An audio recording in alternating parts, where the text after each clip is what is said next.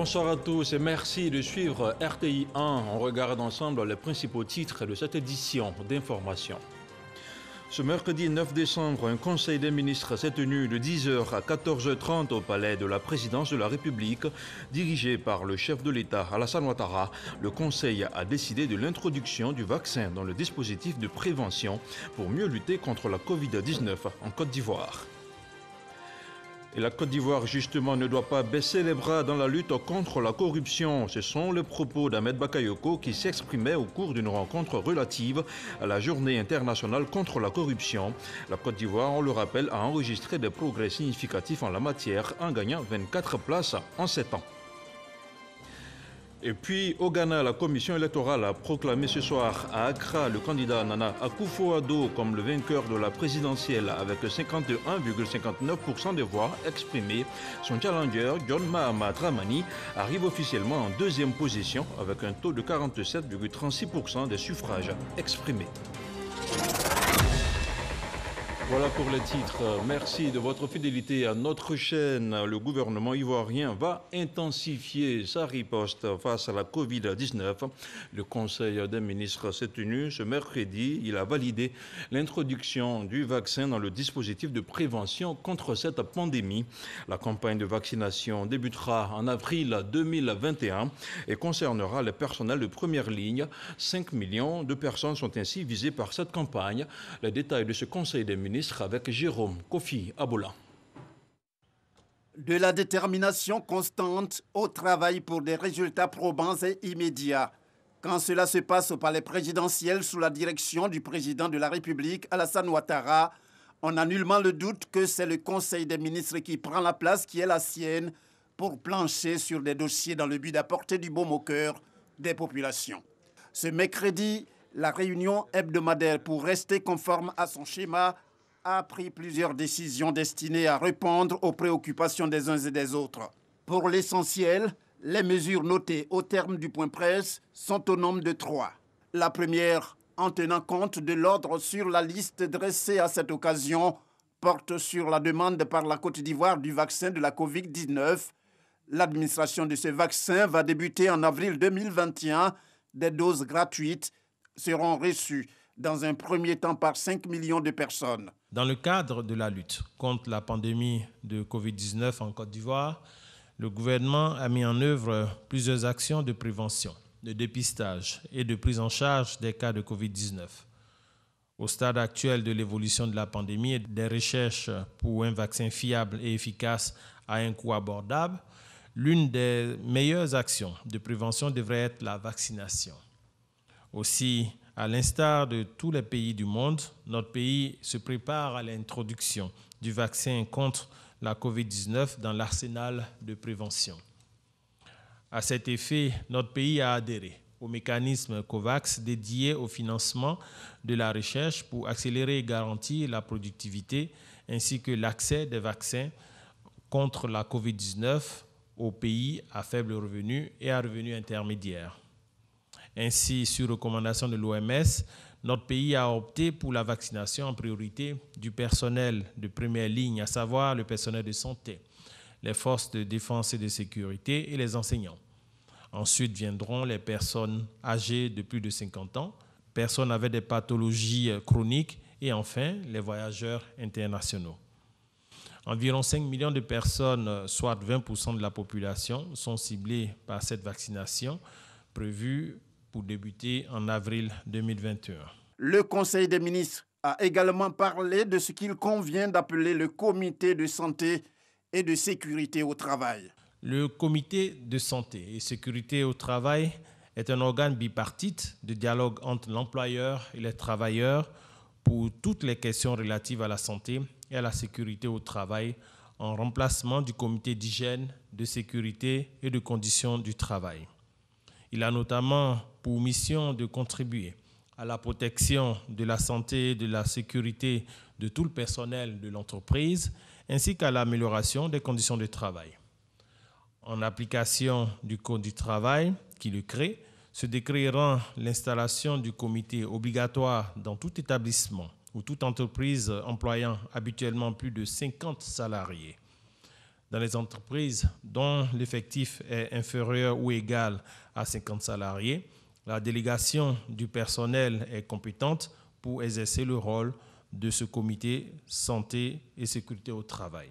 Par ailleurs, et cette fois au niveau du ministère de l'Éducation nationale, le Conseil a donné une communication sur la question du financement du genre. Ce document de politique spéciale vise à agir significativement sur certaines pesanteurs socioculturelles telles que les normes sociales et les pratiques culturelles néfastes, la méconnaissance du genre comme approche de développement et la persistance des violences basées sur le genre à l'école et hors école en vue d'éradiquer les disparités au niveau de l'accès, de la rétention et de l'achèvement dans le préscolaire, le primaire, le secondaire général, l'enseignement technique et la formation professionnelle. La mise en œuvre de cette politique est articulée autour d'un plan quinquennal reparti sur la période 2020-2025 pour un coût global estimé de 5,5 milliards de francs CFA. Ce programme sera financé avec l'appui du gouvernement américain et des partenaires techniques au développement. Le prochain Conseil des ministres va se dérouler le 23 décembre 2020. C'est le premier conseil après l'investiture du président de la République, Alassane Ouattara, prévu le 14 décembre 2020. On reste dans le ton de l'actualité nationale avec la prestation du chef de l'État, le président Alassane Ouattara, qui se tiendra lundi prochain à Abidjan, une cérémonie solennelle dont voici le communiqué lu par Jean-Marc Yadji. La direction générale du protocole d'État prie les personnalités civiles et militaires, ci-après désignées, de bien vouloir honorer de leur présence la cérémonie solennelle de prestation de serment du président de la République qui se déroulera le lundi 14 décembre 2020 à 11h au palais de la présidence de la République. Ce sont Monsieur le Premier ministre, chef du gouvernement, ministre de la Défense et Madame, Messieurs les anciens présidents et vice-présidents de la République et leurs conjoints, Monsieur le Président de l'Assemblée nationale et Madame, Mesdames et Messieurs les présidents des institutions et leurs conjoints, Messieurs les anciens premiers ministres, Messieurs les anciens présidents d'institutions, Monsieur le ministre d'État, secrétaire général de la présidence de la République, Mesdames et Messieurs les ministres, Monsieur le directeur de cabinet du Premier ministre, Madame le secrétaire général du gouvernement, Mesdames et Messieurs les secrétaires d'État, Mesdames et Messieurs les chefs de mission diplomatique, Monsieur le coordonnateur résident du système opérationnel des Nations Unies, Monsieur le chef de la délégation de l'Union européenne, Madame la représentante spéciale du président de la Commission de l'Union africaine, Monsieur le représentant résident de la CEDEAO, Madame la représentante résidente du PNUD, Monsieur le représentant résident de l'UEMOA, Monsieur le directeur exécutif du Conseil de l'Entente, Monsieur le président du groupe de la BAD, Monsieur le représentant résident du FMI, Madame la représentante résidente de la Banque mondiale, Monsieur le représentant résident de la SFI, Monsieur l'administrateur pour la Côte d'Ivoire au groupe de la BAD, Madame et Messieurs les conseillers spéciaux à la présidence de la République, Monsieur le chef de cabinet du président de la République, Madame et Messieurs les directeurs de cabinet des ministres à la présidence de la République, Monsieur le secrétaire général adjoint du gouvernement, Monsieur le secrétaire général du ministère des Affaires étrangères, Madame le procureur général près de la Cour de cassation et le Conseil d'État, Monsieur le président de l'Académie des sciences, des arts et des cultures d'Afrique et des diasporas, ASCAD, Monsieur le général de corps d'armée, chef d'état-major général des armées, Monsieur le général de division, commandant supérieur de la gendarmerie nationale, Monsieur l'inspecteur général, directeur général de la police nationale, Monsieur le chef d'état-major particulier du président de la République, Madame la présidente du Conseil national des droits de l'homme, Messieurs les présidents des chambres consulaires, Mesdames et Messieurs les présidents, secrétaires exécutifs ou secrétaires généraux des partis politiques, Messieurs les candidats à l'élection présidentielle du 31 octobre 2020, Messieurs les présidents de la Confédération générale des entreprises de Côte d'Ivoire, CGECI, et de la Fédération ivoirienne des petites et moyennes entreprises, FIPME, 2 représentants du directoire de la Chambre nationale des rois et chefs traditionnels, Monsieur le Président du Forum des confessions religieuses, Monsieur le Président du Conseil supérieur des imams, COSIM. Les cartons d'invitation sont à retirer au ministère des Affaires étrangères auprès de la Direction générale du protocole d'État du jeudi 10 au vendredi 11 décembre 2020 de 9h à 18h. La mise en place débutera à 7h30 et prendra fin à 9h45, horaire de rigueur. Fait à Abidjan le 9 décembre 2020, le directeur général du protocole d'État. Je vous le disais en titre, la Côte d'Ivoire a célébré ce mercredi 9 décembre la journée internationale de la lutte contre la corruption. Sur initiative de la Haute Autorité pour la bonne gouvernance, cette célébration autour du thème « Rétablir avec intégrité » a été l'occasion pour le chef de gouvernement d'adresser un message fort à toutes les couches de la société ivoirienne. On regarde le reportage d'Alexis Ouedraogo. La corruption affecte toute l'architecture de nos sociétés. Sur le plan économique, elle décourage les investisseurs, fausse la compétition entre entreprises et diminue la qualité des produits pour le consommateur. Sur le plan politique, elle plombe l'efficacité de l'action gouvernementale et fait perdre la confiance des populations dans les institutions publiques. En ratifiant le 25 octobre 2012 la Convention des Nations Unies contre la corruption, la Côte d'Ivoire s'est engagée à mettre la prévention et la lutte contre la corruption au cœur de ses actions. La Côte d'Ivoire a réalisé au cours de la période récente des progrès notables en matière de lutte contre la corruption, Votre Excellence. Selon l'indice de perception de la corruption de Transparency International, le pays a gagné 24 places en 7 ans, en passant de la 130e place en 2012 à 106e place en 2019. Cette célébration de la Journée internationale de lutte contre la corruption se veut donc l'occasion de lancer un appel à toutes les couches de la société ivoirienne sur la nécessité de ne pas baisser les bras dans la lutte. Je profite donc de cette tribune pour sensibiliser les leaders d'opinion, les dirigeants et les cadres supérieurs sur la nécessité d'assurer le leadership éthique dans leur milieu ou organisation afin de donner l'exemple qui motive la base. Un appel que soutient le chef du gouvernement. Ahmed Bakayoko a réaffirmé l'engagement de l'État dans cette lutte contre la corruption. Pour notre pays, la grande vision du président de la République pour une Côte d'Ivoire meilleure et solidaire ne peut se réaliser que si les actions initiées pour une transformation profonde sont soutenues par des valeurs d'union, de discipline, de travail, de solidarité, de justice, mais aussi et surtout de bonne gouvernance. Le pays entend surtout passer à l'application rigoureuse des textes mis en vigueur. Et Monsieur le Président, vous avez dit quelque chose de très important. Vous avez dit que la source, c'est l'éducation. C'est essentiel dans la formation. Si un enfant déjà apprend à tricher à l'école primaire, mais évidemment, il aura très peu de scrupules à être un agent corrompu ou responsable, parce que ça va devenir une seconde nature, parce qu'il va se dire c'est comme ça que le monde évolue. Si nous voulons porter le mérite par le travail et le respect, la considération que la société peut avoir vis-à-vis de ces personnalités, de ces personnes qui se distinguent par leur travail, par l'effort et des résultats, nous allons arriver à inverser ces valeurs-là, et vous allez avoir des gens qui sont simplement fiers de leur intégrité. La Haute Autorité pour la bonne gouvernance entend, elle, poursuivre ses efforts en vue de bâtir une société ivoirienne dans laquelle l'intégrité devienne un principe. On reste à la primature avec le chef du gouvernement qui a accordé en fin de journée une audience à un groupe d'hommes d'affaires conduit par l'ambassadeur du Maroc en Côte d'Ivoire. Le groupe exerçant dans le secteur export-import veut renforcer sa coopération avec le pays. Le reportage complet d'Alexis Ouedraogo dans nos prochaines éditions. Au cours d'une visite effectuée il y a 2 ans dans les locaux abritant la principale recette des douanes, le ministre du Budget et du portefeuille de l'État avait alors découvert un bâtiment vétuste et exigu.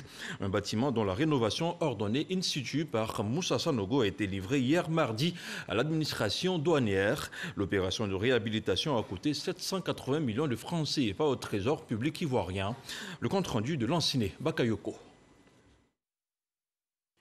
Initialement de 2 niveaux, le nouvel édifice complètement reconfiguré comprend désormais le rez-de-chaussée et 3 étages, 28 bureaux opérationnels, 13 box pour recevoir les usagers clients et une grande salle d'archives. La rénovation de ce bâtiment qui a coûté environ 780 millions de francs CFA symbolise les efforts des douanes ivoiriennes dans la collecte des ressources nécessaires au budget.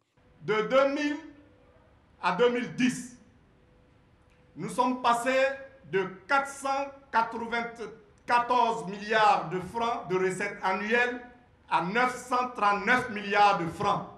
Nous avons passé la barre symbolique des 1000 milliards en 2013. N'eût été la Covid-19, nous aurions placé notre performance à 2000 milliards.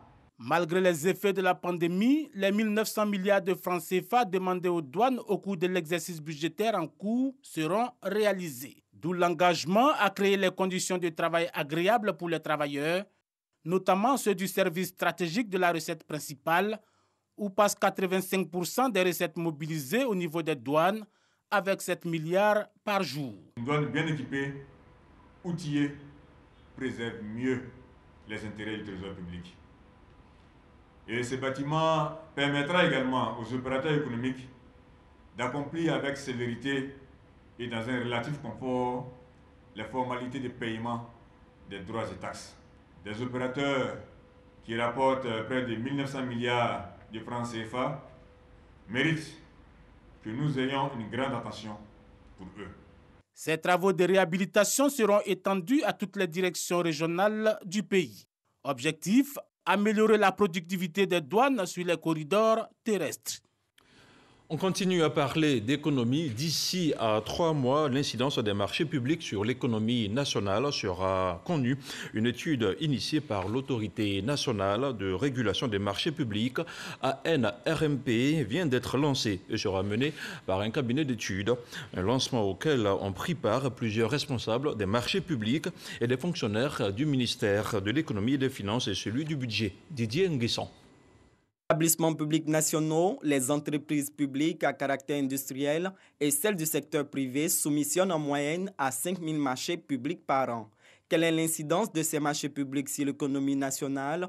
Comment les secteurs comme l'éducation et la santé en tirent profit? C'est à ces problématiques que va tenter de répondre cette étude lancée par l'Autorité nationale de régulation des marchés publics, ANRMP. L'objectif, c'est de voir un peu quelle est l'incidence de ces marchés publics-là sur notre économie nationale. Comment est-ce qu'on peut utiliser ces marchés publics-là pour améliorer notre économie? Les résultats attendus au niveau des autorités de régulation sont bien évidemment savoir sur l'ensemble des règles édictées par le Code des marchés publics pour la gestion de nos marchés publics, les principes, c'est-à-dire la transparence, l'équité, la libre concurrence, l'économie et l'efficacité, ont apporté une amélioration à tous ces secteurs prioritaires, éducation nationale, agriculture, infrastructure et bien évidemment sur nos entreprises et nos PME. Le secteur privé aussi a intérêt à savoir quels sont les secteurs porteurs.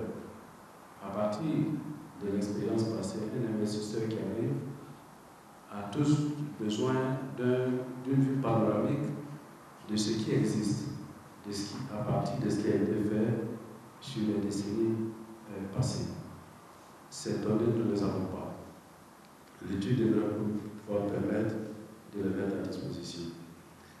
Le représentant du cabinet d'études sélectionné, Christian Boga, a présenté la méthodologie. Il s'en est suivi des échanges avec les points focaux en charge des marchés publics dans les administrations. La collecte des données va durer 3 mois. Les résultats de l'étude sont attendus pour février 2021. Autre chose, à présent, le Conseil national des droits de l'homme, CNDH, a présenté au Sénat son rapport annuel 2019. Le document met l'accent sur l'analyse de certains droits relevant des domaines civils et politiques.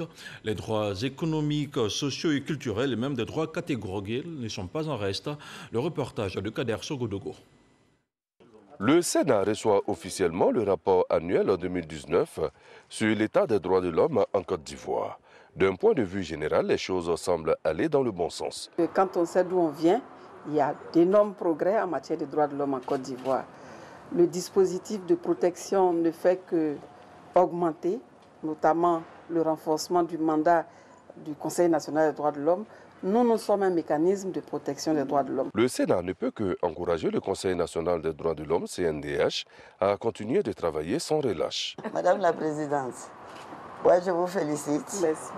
Et vous prie de continuer dans cette voie pour que les droits de l'homme en Côte d'Ivoire, c'est déjà une réalité, que ce soit encore plus fort. Après cette remise officielle au siège du Sénat, le cap est mis sur la Fondation Félix Houphouët-Boigny pour la recherche de la paix de Yamoussoukro pour une présentation du rapport aux sénateurs. Tout a été pris en compte, droits civils et politiques, droits économiques, sociaux et culturels et des droits catégoriels. Si dans l'ensemble le rapport relève des avancées, certaines zones d'ombre existent. Au titre de la liberté d'expression, le rapport 2019 du CNDH note avec regret la résurgence des violences verbales et l'incitation à la haine entre divers acteurs politiques, ainsi que la publication de données à caractère personnel sans autorisation préalable via les réseaux sociaux. Ces agissements portent atteinte à l'ordre public et tendent à fragiliser la cohésion et la paix sociale. Le rapport 2019 du Conseil national des droits de l'homme fait des recommandations. Les enfants en rupture sociale, les grèves des enseignants, les déguerpissements des populations, les violations et atteintes aux droits de l'homme en lien avec les forêts classées, les questions des femmes et des enfants y figurent en bonne place. Place à présent au communiqué du procureur de la République. Le 3 novembre dernier, le village d'Abli Aloukro, dans la commune de Toumoudi, a été le théâtre d'actes d'agression ayant conduit à des morts d'hommes. L'enquête diligentée par les forces de défense et de sécurité a permis de mettre aux arrêts une vingtaine d'individus. Le communiqué du procureur de la République, Christophe Richard Adou, est lu par Abou Sanogo. Le mardi 3 novembre 2020, aux environs de 18h, le nommé Kwaku Charles, habitant du village d'Abli Bonikro dans la commune de Toumoudi, s'est rendu au domicile d'un de ses amis du village d'Abli Aloukro à l'invitation de ces derniers. Y étant, il s'est retrouvé en face de dizaines de jeunes surexcités munis d'armes et de gourdins. Se sentant en danger, Kwaku Charles a appelé au téléphone le nommé Kwaku Fabrice, un des collaborateurs de son frère, M. Amédé Kwaku, afin que celui-ci lui vienne en aide accompagné des vigiles affectés à la surveillance du domicile de M. Amédé Kwaku à Abli Bonikro. Lorsque Kwaku Fabrice et 9 vigiles arrivent à la rescousse de Kwaku Charles, ils sont accueillis par des tirs de fusil de type calibre 12 qui ont malheureusement atteint 8 d'entre eux. Malgré ces tirs, Kwaku Charles a pu être extrait et conduit en lieu sûr quand les nommés Kwaku Fabrice et Diabati Aboubakar, grièvement blessés, ont été laissés sur place. Revenus par la suite leur porter secours et assistance, les rescapés ont constaté avec effroi qu'en plus d'avoir été atteints par des tirs de fusil de type calibre 12, ceux-ci avaient été égorgés. Au bilan, on dénombre 2 morts et 6 blessés par arme à feu et par arme blanche, machette, parmi les personnes chargées de la sécurité du domicile privé de M. Amédé Kwaku. L'enquête conduite par mon parquet a permis l'interpellation de 23 personnes à Abli Aloukro, la saisie de 7 fusils de type calibre 12, de munitions compatibles avec les 10 fusils, de 27 machettes, de 2 flèches, d'une daba, d'un couteau et de 18 téléphones portables. Les personnes interpellées ont été transférées à Abidjan pour enquête en vue de faire la lumière sur ces événements particulièrement graves. Le procureur de la République, Adou Richard Christophe. On fait le point de la situation de la Covid-19 juste après le jingle.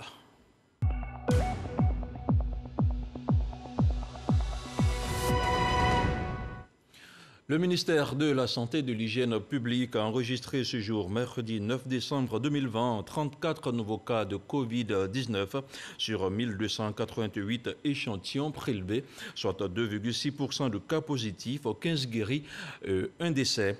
À la date du 9 décembre, la Côte d'Ivoire compte donc 21 547 cas confirmés, dont 21 176 personnes guéries, 133 décès et 238 cas actifs. Le nombre total d'échantillons est de 227 882. Politique à présent, le coordonnateur régional du RHDP poursuit sa tournée dans la région du Lodjibois. Amédé Kofi Kwaku est allé à la rencontre des militants du RHDP et de l'ensemble des populations. Une rencontre au cours de laquelle il a tenu à exprimer la reconnaissance de la direction du RHDP. Une reconnaissance qui intervient après la victoire au premier tour du candidat Alassane Ouattara à l'élection présidentielle du 31 octobre dernier. De retour de Zikiso et de Lakota, le compte-rendu de Mamadou Kouassi. Des pas de danse esquissés pour célébrer encore la victoire de leurs candidats. Les militants du RHDP des Zikisso sont en fête. Un moment choisi par ces populations pour exprimer leur attachement aux idéaux du président de la République, Alassane Ouattara. Ils ont indiqué au ministre Amédée Kofi Kwaku que leur sous-préfecture compte demeurer un bastion du RHDP.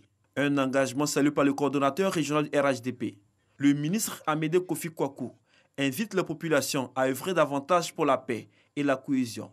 Après Zikisso, la délégation du coordonnateur régional a mis le cap sur la place de la paix de Lakota.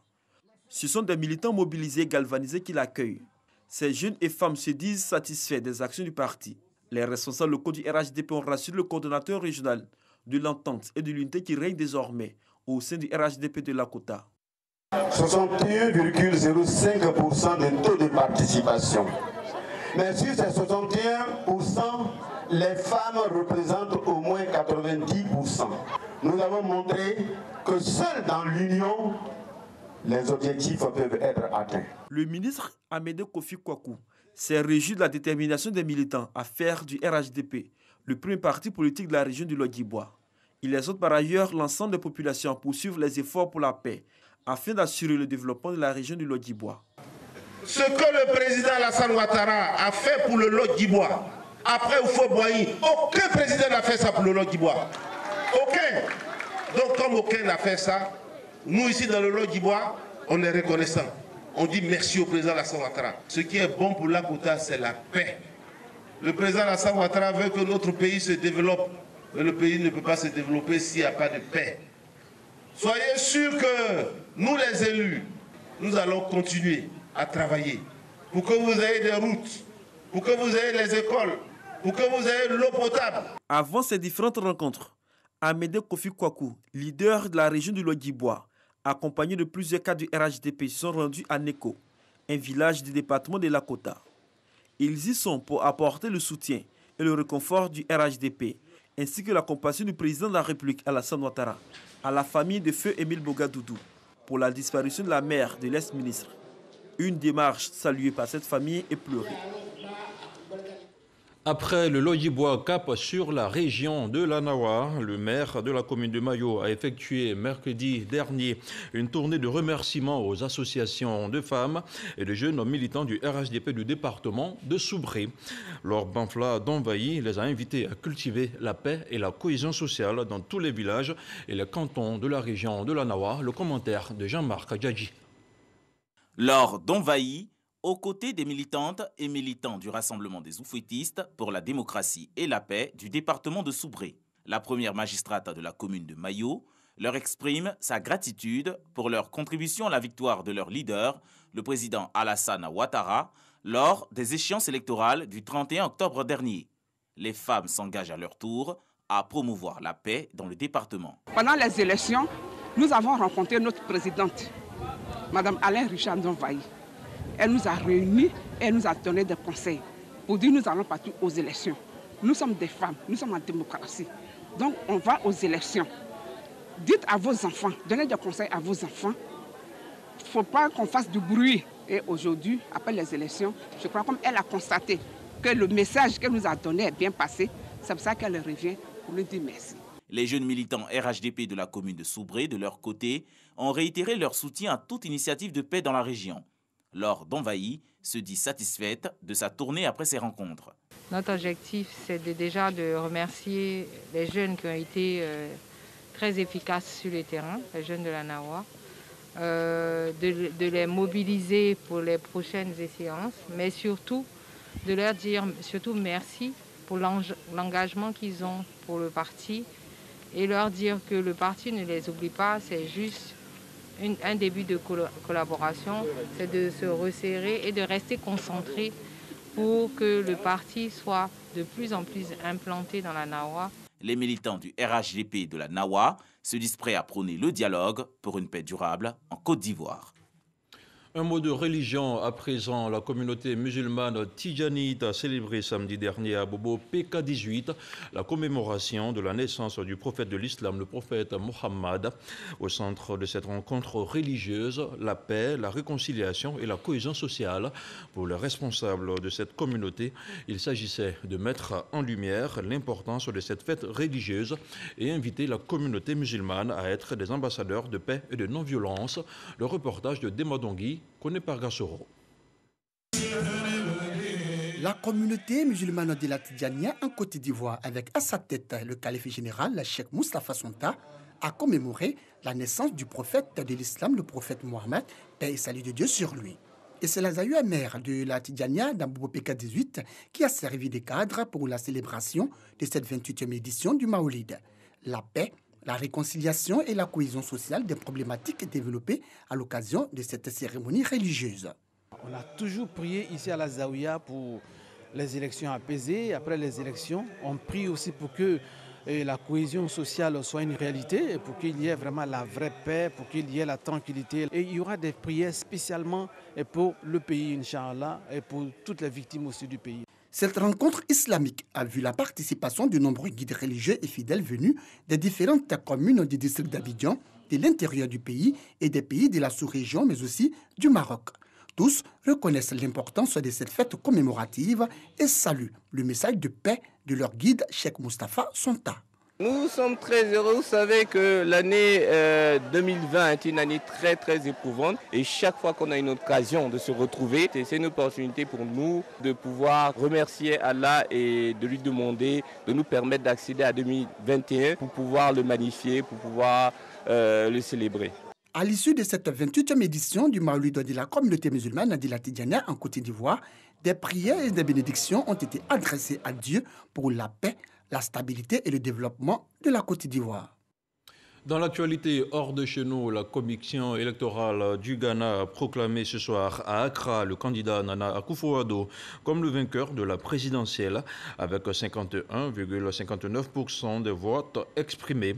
Le candidat John Mahama du principal parti de l'opposition NDC arrive officiellement en deuxième position avec un taux de 47,36% des suffrages exprimés. Et voilà qui referme cette édition d'information sur RTI 1, une édition préparée par l'ensemble de la rédaction. Merci à vous tous de l'avoir suivi. L'information continue sur le www.rti.ci avec Régis Kofi demain matin à 6h30 dans Matin Bonheur. Bonsoir.